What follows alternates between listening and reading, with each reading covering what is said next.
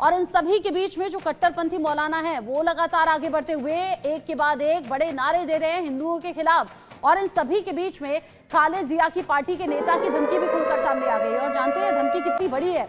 रुहुल कबीर रिजवी धमकी दे रहे हैं और कह रहे हैं कि भारत से हम बिहार और बंगाल छीन लेंगे। यानी कि भारत में यहां बंगाल और बिहार पर नजर बांग्लादेश की है। यानी कि वो जो सीमा पर एक्टिविटी बांग्लादेशी सेना की बढ़ गई है वो इस लिहाज से भी हो सकता है। एक तरफ तो युद्ध की तैयारी की तमाम तस्वीरें और अपडेट्स मिल रहे हैं जिसमें बांग्लादेश भारत के खिलाफ युद्ध छेड़ने की तैयारी में है, पाकिस्तान उसे सपोर्ट करता हुआ नजर आता है। और अब ऐसे में खालिद जिया की पार्टी के नेता रुहुल का ये कहना कि भारत से बांग्लादेश अब टक्कर लेने के इरादे से आगे बढ़ेगा और भारत से बिहार और बंगाल हम छीन लेंगे, ये बहुत बड़ी खबर है। और ये चिंता की बात भी भारत के लिहाज से है। भारत सरकार को और भारतीय सेना को अब मोर्चा अलग तरीके से संभालना होगा। हालांकि हमारी सेना किसी से कम नहीं, हर तरीके से सक्षम भी है, लेकिन जरा सोचिए आप कि बॉर्डर एरियाज पर इस वक्त तनाव कैसे बढ़ गया होगा। और साथ ही साथ रुहुल की ये धमकी जिसमें वो कहे कि भारत से बिहार और बंगाल हम छीन लेंगे। खालिद जिया की पार्टी के नेता रुहुल कबीर रिजवी ने यह धमकी दी है।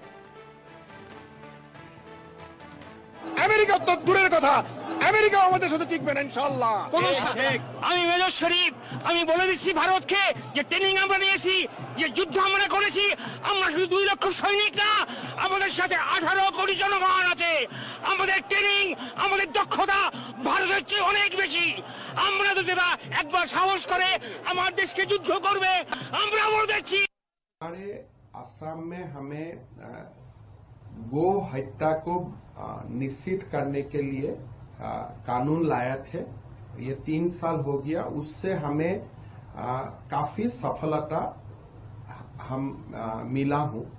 लेकिन अभी आगे जाके हम ये निर्णय किया हूं कि असम में गोमांस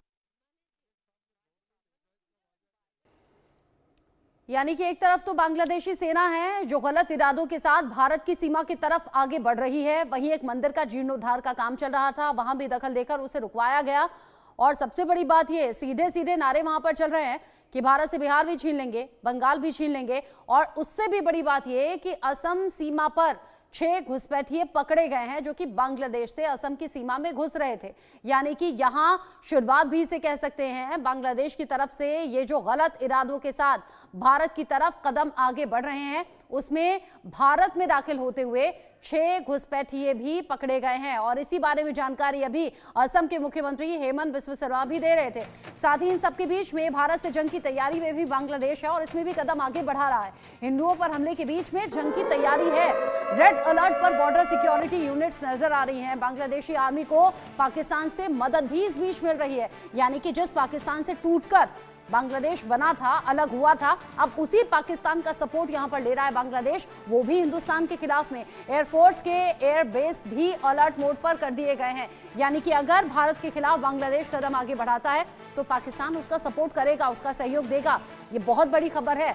बांग्लादेश बॉर्डर पर अगर सेना एक्टिव हो रही है, अगर वहां किलर ड्रोन की तैनाती है, अगर इन सब के बीच में घुसपैठिए जो बांग्लादेश से भारत की सीमा में दाखिल होने की कोशिश कर रहे हैं पकड़े गए हैं, तो क्या इसके पीछे पाकिस्तानी टूलकिट है? क्योंकि पाकिस्तान ने बांग्लादेश को मदद की पेशकश भी की है, सपोर्ट की बात कही है।